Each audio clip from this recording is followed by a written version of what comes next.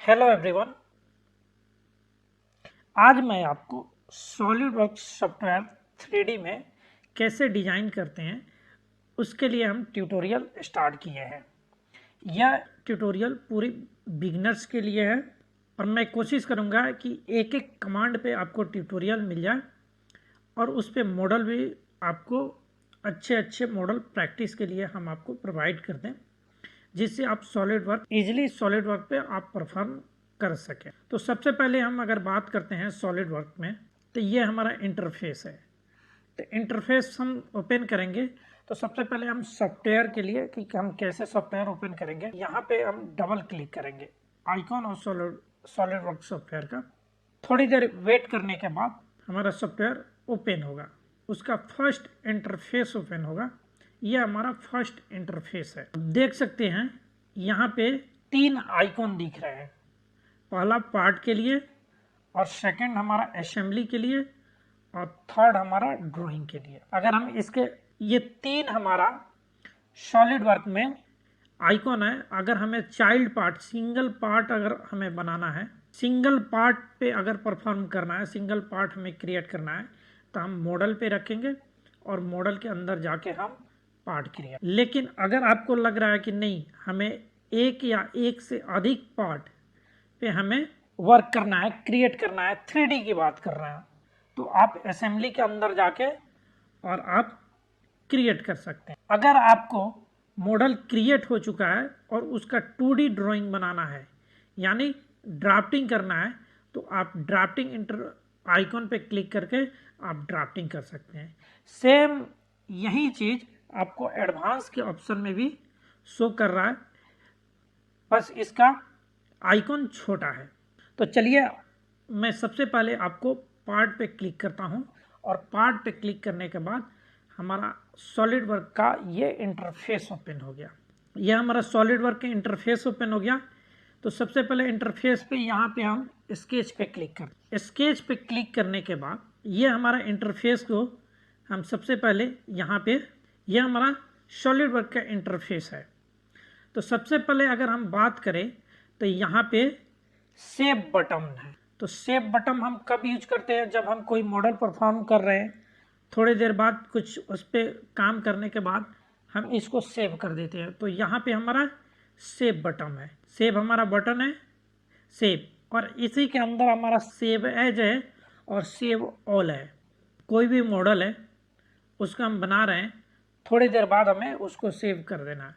लेकिन save as कब करते हैं, सेव एज करते हैं कोई मॉडल बना हुआ है, उसमें कुछ चेंजिंग करके हमें दूसरा मॉडल बनाना है। क्या करते हैं, उस मॉडल को हम सेव एज करते हैं नया पार्ट नंबर से, नया नाम से, और हम उसमें चेंजिंग कर लेते हैं। इससे हमारा दोनों पार्ट जो है, प्रेजेंट और जो हमारा प्रीवियस मॉडल है, दोनों हमारे पास एग्जिस्टिंग होती है। तो ये हमारा आइकॉन। सेकंड में बात करें तो यहाँ पे न्यू और ओपन। तो न्यू और ओपन के लिए आप यहाँ पे देखिए, ये ऑप्शन जो है ये ओपन का है और ये बगल का ऑप्शन जो है वो न्यू का है। न्यू का मतलब हुआ अगर हमें कोई नया पार्ट क्रिएट करना है तो सबसे पहले हम फाइल पे जाएंगे और न्यू पे क्लिक करेंगे, कोई नया पार्ट ओपन करना है तो यही न्यू यहाँ पे आइकॉन के रूप में आपको दिया हुआ है। अगर आपको लग रहा है कि नहीं हमें आइकॉन पे नहीं जाना है, तो कंट्रोल एन अगर आप प्रेस करेंगे, कंट्रोल एन प्रेस करेंगे तो आपको, कंट्रोल एन प्रेस कर दिए तो आपको न्यू फाइल के लिए आपको आइकॉन आ गया। तो आप जिस पे भी चाहिए आप न्यू ओपन कर सकते। अगर पहले से बना हुआ है और फिर उसमें कुछ चेंज करना है या कुछ आगे उस पर मॉडल करना है, तो आप ओपन पे क्लिक करेंगे और ओपन पे क्लिक करने के बाद ये एग्जिस्टिंग जो हमारा मॉडल है उसको ओपन कर सकते हैं। तो चलिए हम एक एग्जिस्टिंग मॉडल आपको ओपन करके दिखाते हैं। या ओपन पे क्लिक किए और यह हमारा पहले से मॉडल बना हुआ है तो हम इसको ओपन कर लिए। यह हमारा एग्जिस्टिंग मॉडल था जिसको हम ओपन कर लिए। नेक्स्ट हमारा यहाँ पे फीचर्स मॉडल है, फीचर्स मॉडल फीचर्स है और यहाँ हमारा, तो चलिए हम सबसे पहले ओपन करते हैं। ये देखिए सबसे पहले हम देखते हैं ये फीचर्स वाला, ये मॉडल फीचर्स है। मॉडल फीचर्स पे क्लिक करने के बाद हम मॉडल कोई भी अगर हमें मॉडल बनाना हो तो हम एक्सट्रूड, बॉस, रिवॉल्व, जब भी हमें ये कमांड यूज करना है तो हम पहले फीचर्स में जाएंगे। अगर 2D हमें बनाना है तो यहाँ स्केच में जाएंगे। तो ये हमारा फीचर्स है।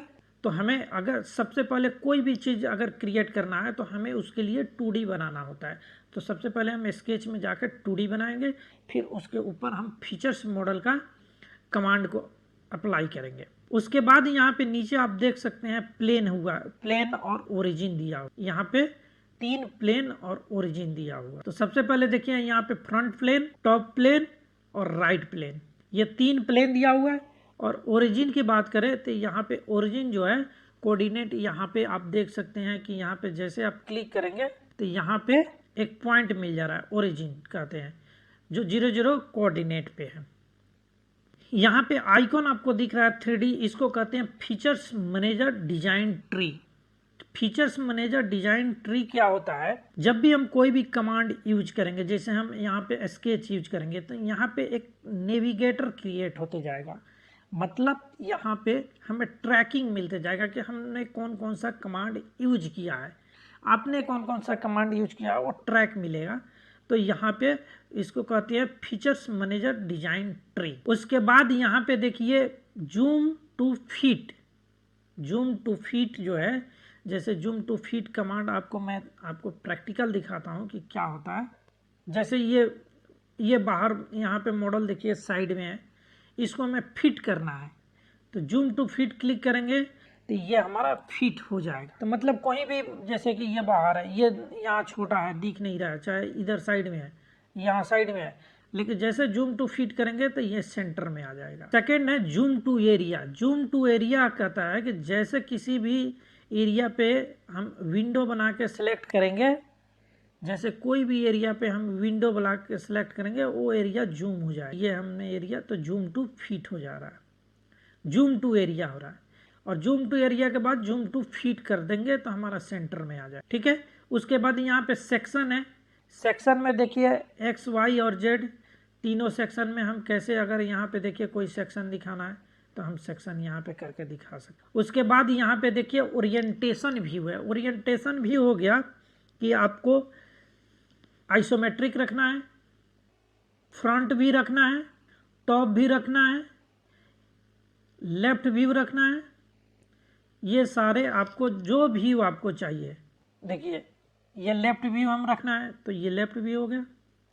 अगर हमें जो भी व्यू चाहिए आपको, देखिए यहाँ पे top, front, right, left, bottom, back side, isometric, ये सारे व्यू आप रख सकते हैं। ठीक है, जैसे चाहिए वैसे व्यू आप रख सकते हैं।